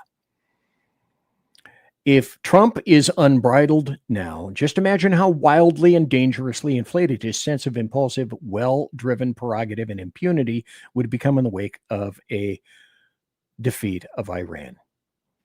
Oh, no. Imagine if he actually did what he set out to do. And I know. Better for it. The article continues, and it's nothing but projection of failure, which is what I continue to say. These are the same people. I'm sorry. They cannot be pro the United States. No, these are the same people that used to put the "I support the troops" signs up in their yards. Do you remember those? Oh, God, yes. Do you know how many of those I've done donuts on? Enlighten me. No shit. I know exactly who the neighbors were and all that other stuff. And every single one of them was a leftist that had "I support the troops, but you know what? Screw Bush's war" and all that. You know what? No, you don't. No, you don't. All you want to do is hamstring them every time you turn around. So we can't support the troops. You can't support the troops without supporting the cause. Get behind it. Let's get it done, and let's get the boys home. That's really what it comes down to. You want us to do our job, do the job. And That's the people are the same. You know, I don't know who this bald leftist chick on the left is. I don't know, and I don't really care. I know who the dude on the right is, John Brennan, because he was a communist. Did you know in the 1970s he was a registered communist? He and then still is. Somebody somewhere decided it would be hey, why don't we put him in charge of the CIA? So here are these two people saying that Obama. Excuse me. Yeah, thank you. Two people saying that let's see, it's a scales. U.S., Iran. Who would I believe? Iran, like they are an authoritarian regime who's known to lie. That are an authoritarian regime, but like I'm confused. What is going on? Help me, calm me down. Well, I tend to believe Iran more than I do Donald Trump crazy. because he could not acknowledge the truth, even when it is he's slapped in the face with it repeatedly. Iran, like they are. This is John Brennan, who lied to Congress. Well, first off, he's CIA, so let's not take anything he says without at least a grain of salt. Yeah, probably one metric ton of salt. And so, how about rooting for the United States for once, just once? But I am absolutely convinced that a good deal of this goes back to it's just Trump. It's just Trump. Whatever it is that he's for or doing or advocating or stating, we must do the precise opposite. It's the alternative universe.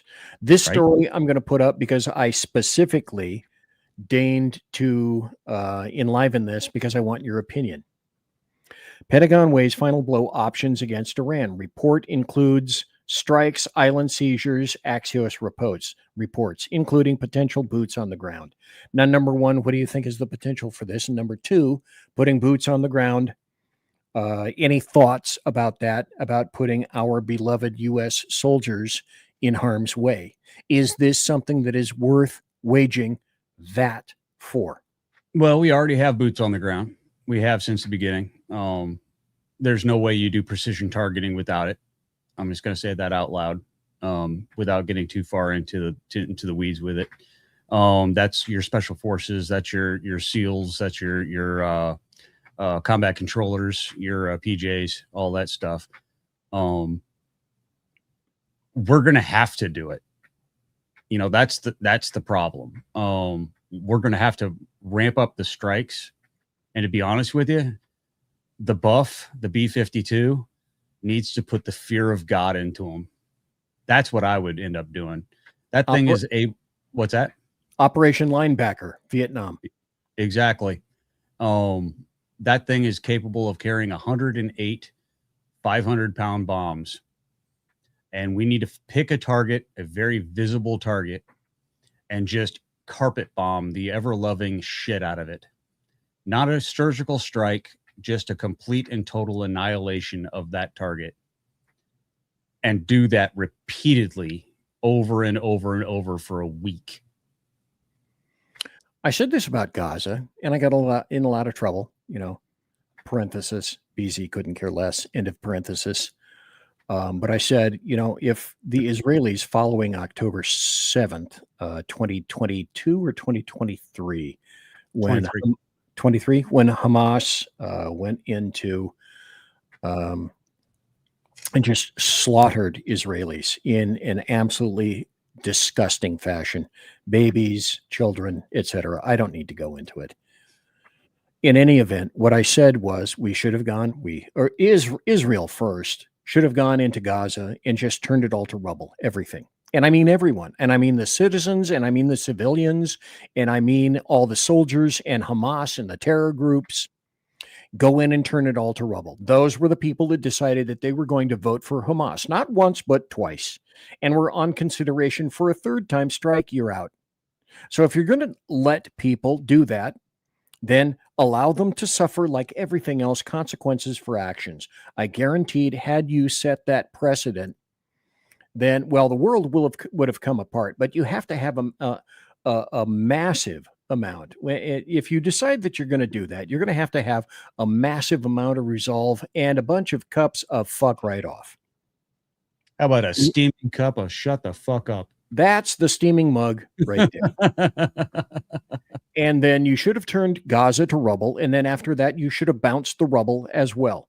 And then that will have been illustrative, boys and girls, of what not to do when you're facing Israel, because that can't ever happen again. The individuals of, hey, look what came to the stage, folks. Did you know that you can get a Lego compound, a Khomeini compound? And as I told Lyle at the beginning of the show, parenthesis, some assembly required. That's my contribution to the show. That is, and it's wonderful. It's a wonderful contrib, is it not? But the other thing that I was thinking about, and I specifically, Lyle, had not asked you this question before the show. What's up? Because I wanted to get your reaction immediately as what happens if, the BZ if then equation, if we have to put boots on the ground, then what's going to happen and what does that look like?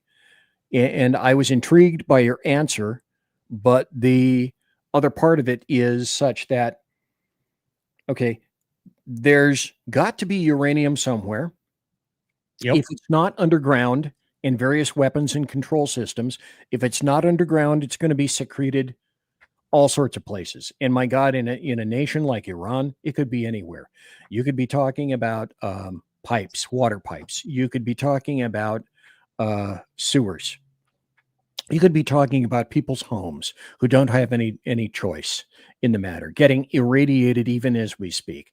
You just cannot tell. And one of the worst things that, and I'm sure obviously you recognize this as well, that's the thing that convinced Truman during World War II that he was going to utilize nuclear weapons. Because all of his generals said something similar to, when we go into Japan and we invade Japan, we're going to have to pull all of our soldiers. And I mean, every damn soldier that just got through island hopping and they've had their asses kicked for months and over a year.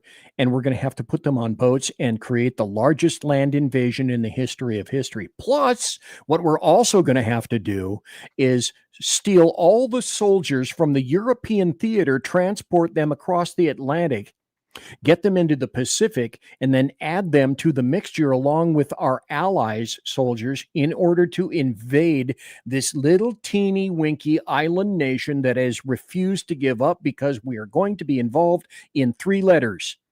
CQB, close quarters battle. And there ain't nothing worse than that.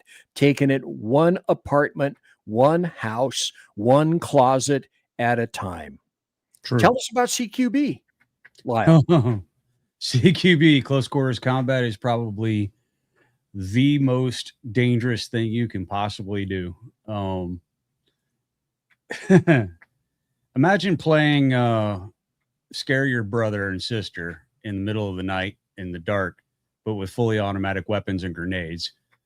That's kind of how I would do it, how I would explain it. It's not something that I would recommend for the average Joe. However, it's bloody and people die. And it's when you're talking about, the Army has an average, acceptable loss rate of 23%. During CQB, that actually ramps up to a 50-something%. When we're doing house-to-house mount raids, that is, holy crap, just ungodly amount of bloodshed. Their side, our side, everybody's side. And it's just something that should be avoided at all costs. And that's why we have an Air Force that's supposed to pummel things into the ground, try to get them out of their hidey holes. Don't get me wrong, looking back on my childhood and the things that I lived through, it all seems fun now, but there's no way in hell I would ever want to put somebody else's, kid into that situation. But knowing that we do have boys and girls that are willing to step up and do that kind of, lifts my heart just a little bit, that they still have some patriotism still in this country that wants to do their duty. but that's a hard subject to broach, brother. And that's why I wanted you to have. First, you asked to make sure that your board is going to work tonight, and I thought, oh, cool, this is a wonderful opportunity to have Lyle Armstrong back on. It's worked the whole night too. This is wonderful. This is great. So, number one, thanks again for deciding that you're going to come here tonight. But number two, I wanted to have your opinion on any number of subjects, including this. The generals told Truman that you could look at a loss of about 1 to 1.5 million soldiers, U.S. and Allied loss on an invasion of Japan. And so, the Manhattan Project was ready to go. And there you go. Fat man first, then little boy, Hiroshima, Nagasaki, apparently at first not convinced, must apply a second round of fissiles. And then some people don't listen the first time. That's true. And then and only then convinced. We're not talking about nucleonics now, but we are talking about applying our beloved brothers and sisters to the ground in this situation. But I go back, and then I'd like your opinion on this. Then I got one more story we're going to close out. It goes back to what I call the mechanics law. And the mechanics law is this. You can pay me now, or you can pay me later. You can defeat Iran now, or you can defeat them later.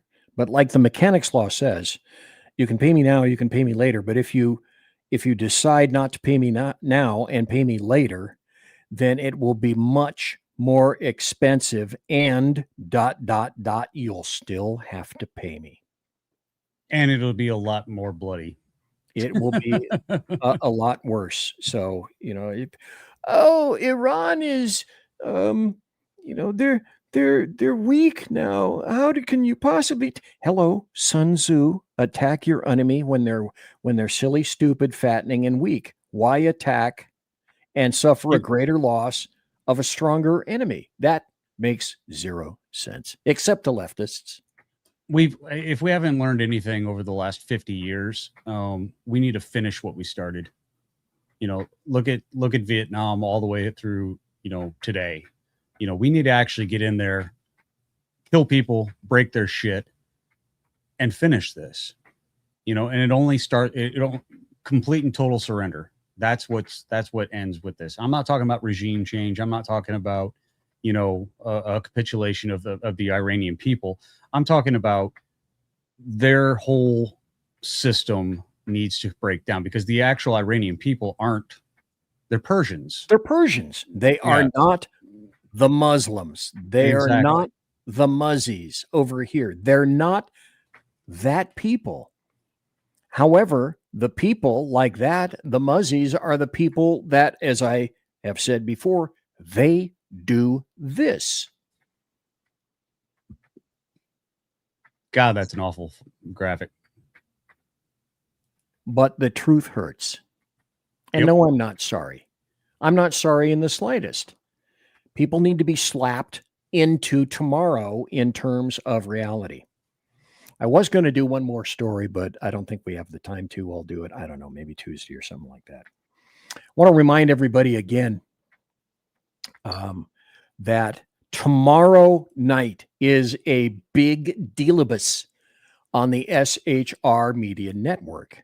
Go to the SHR Media YouTube channel tomorrow night. There are going to be 3 SHR Media shows on tomorrow.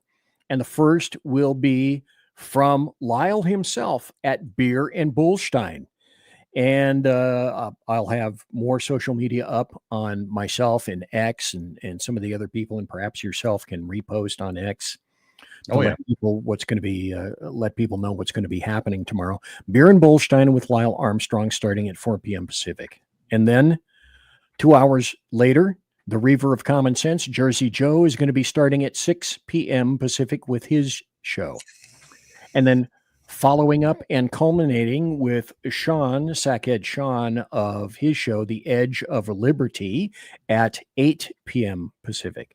So you should all be there, one and all, folks. And then, of course, Lyle, you have your show tomorrow. And then also you have your show on Saturday at 4 p.m. Pacific and 7 p.m. Eastern. Make sure you like and subscribe this channel right here on YouTube, Rumble, and wherever else you are watching this from. And you will see us. It will be wonderful.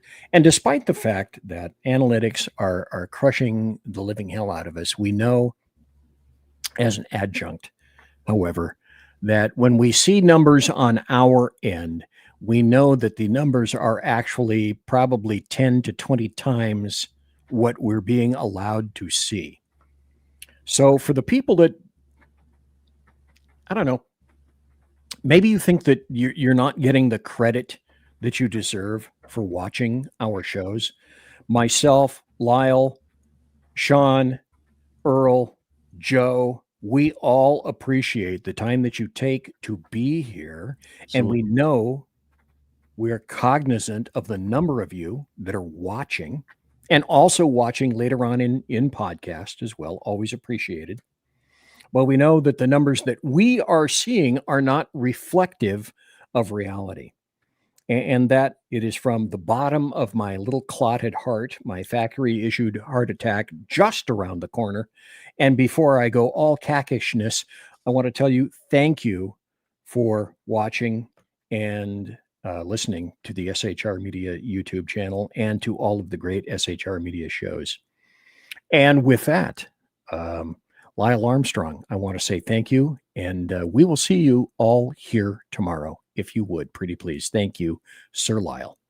Thank you for having me, brother. All right. And with that, I'm going to make mention of this, which is we have a lot of folks on SHR. We have a lot of great shows on SHR, and I want to go over them again, if I could, please. Earl Jackson is on Mission Ready Men. He's on Tuesday and Thursday mornings, 9 a.m. Pacific and noon Eastern.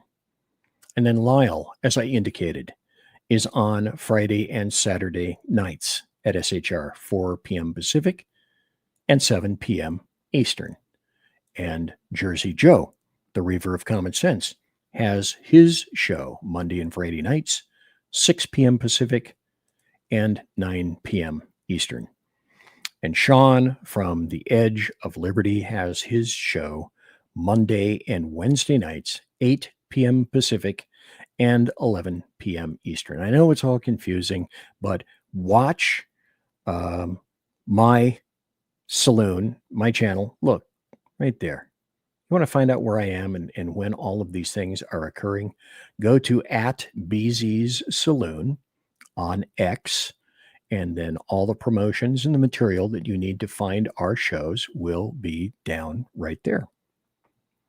And again, kudos, huzzah, for you being here tonight. Always appreciated. This is my last show until next Thursday. So for me, this is TTFN. Ta-ta for now. I'll see you next Thursday night, or Tuesday night, I should say. And also,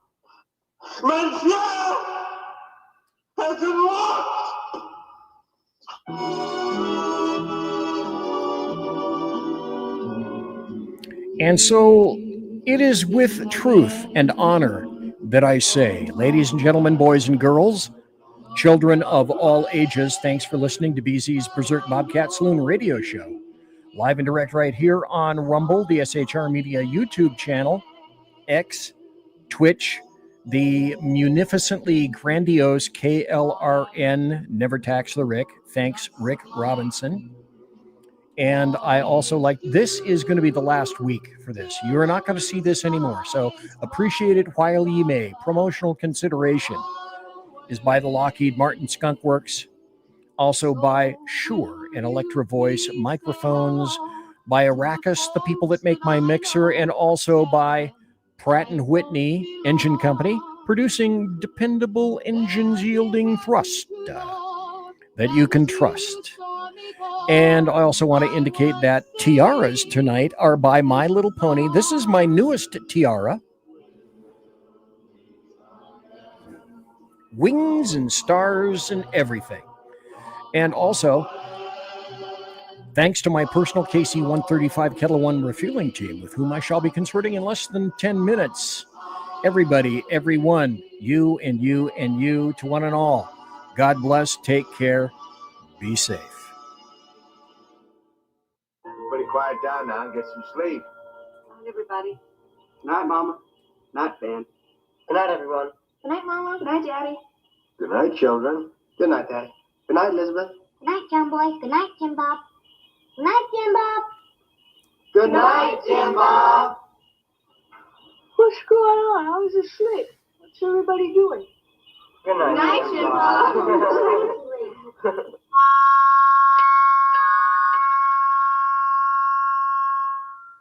Good night and good luck. And folks, if you would, remember this.